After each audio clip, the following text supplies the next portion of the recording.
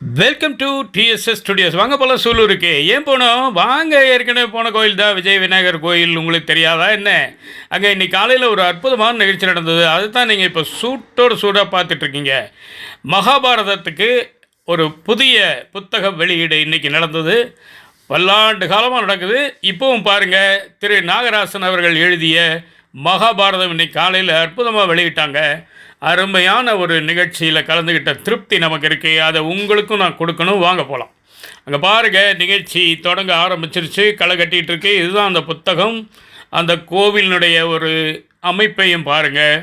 அழகாக, அருமையாக, அமைதியாக, ஆனந்தமான ஒரு இடம். அங்கே போனாலே ஒரு கஷ்டம் தீர்ற மாதிரி ஒரு ஃபீலிங் நமக்கு.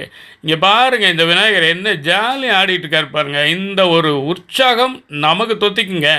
அவ்வளோ ஒரு அமைதியான அருமையான இடம். அந்த மகாபாரத புத்தகம் இன்றைக்கி காலையில் திரு சூலூர் கலைப்பித்தன் அவர்கள் தலைமையில் வெளியிடப்பட்டது.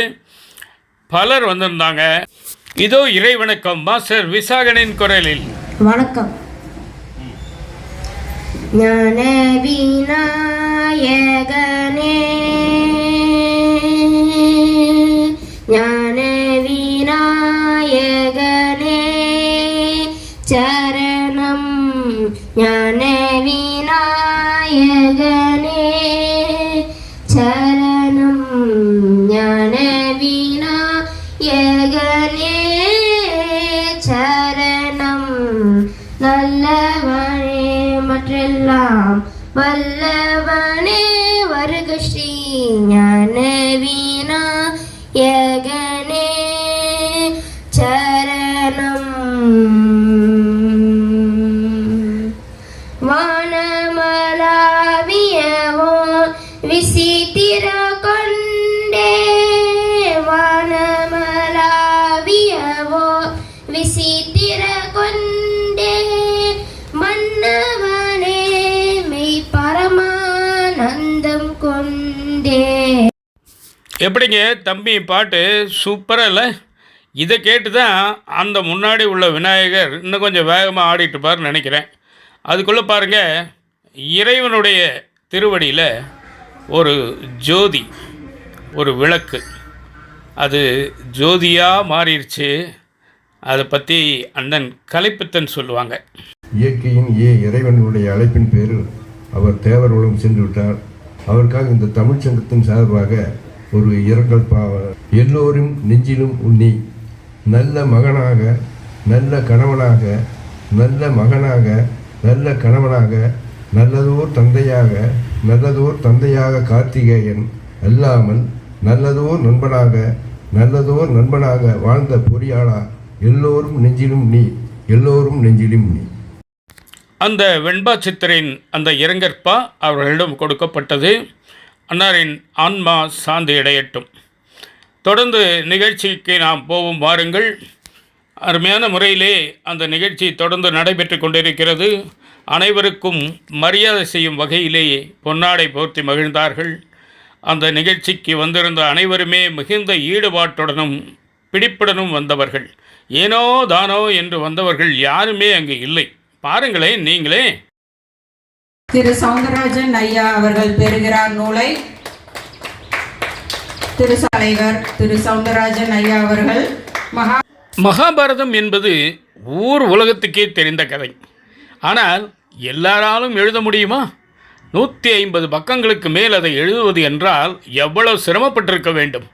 அப்படித்தான் அவர் போராடித்தான் இந்த புத்தகத்தை பிரசவம் செய்துள்ளார். ஆகவே இவர் இந்த இடத்திலே தாயுமானவர் என்று போற்றப்படுகிறார். நிச்சயமாக பாராட்டி தீர வேண்டும். எத்தனையோ சூழல்கள், இடைஞ்சல்கள், இன்னல்கள், குடும்பத்திலும் சரி, பொருளாதாரத்திலும் சரி, பலவிதமான போராட்டங்கள் எல்லாவற்றையும் கடந்து கொண்ட கொள்கையிலே உறுதியாக நின்று இதை நான் பிரசவித்தே தீருவேன் என்று குறைப்பிரசவமாக அல்ல, முழுமையான பாதுகாப்பான இயற்கையான பிரசவமாக அருமையாக செய்துள்ளார். அதை படித்து பாராட்டி வாழ்த்துரை சொன்னவர்கள் மூலமாக இதையெல்லாம் நான் தெரிந்து கொண்டேன். அற்புதமான வாழ்த்துரை. ஒவ்வொருவரும் ஒவ்வொரு வரியாக எடுத்து ஆய்ந்து அலசி பிரித்து மேய்ந்து பிரமாதமாக சொன்னார்கள். சும்மா சொல்லக்கூடாது.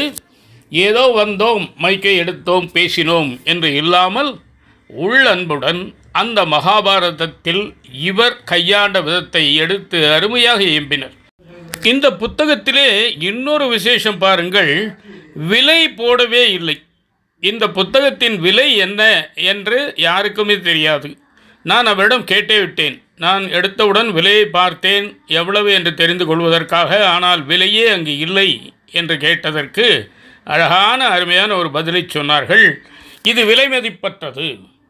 நாங்கள் தெரிந்தோ தெரியாமலோ அதில் விலை போடவில்லை என்பதை விட்டு விடுங்கள். இப்பொழுது இந்த புத்தகத்தை அனைவரும் படிக்க வேண்டும் என்பதே நமது நோக்கம்.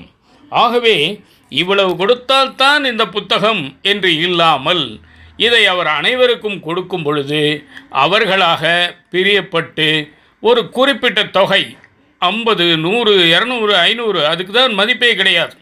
எவ்வளவு வேண்டுமானாலும் கொடுத்து அதை வாங்கிக் கொள்ளலாம். எழுத்துக்கூலி வேண்டுமானால் இலவசத்தில் வரலாம், அச்சுக்கூலி அவ்வாறு வராது.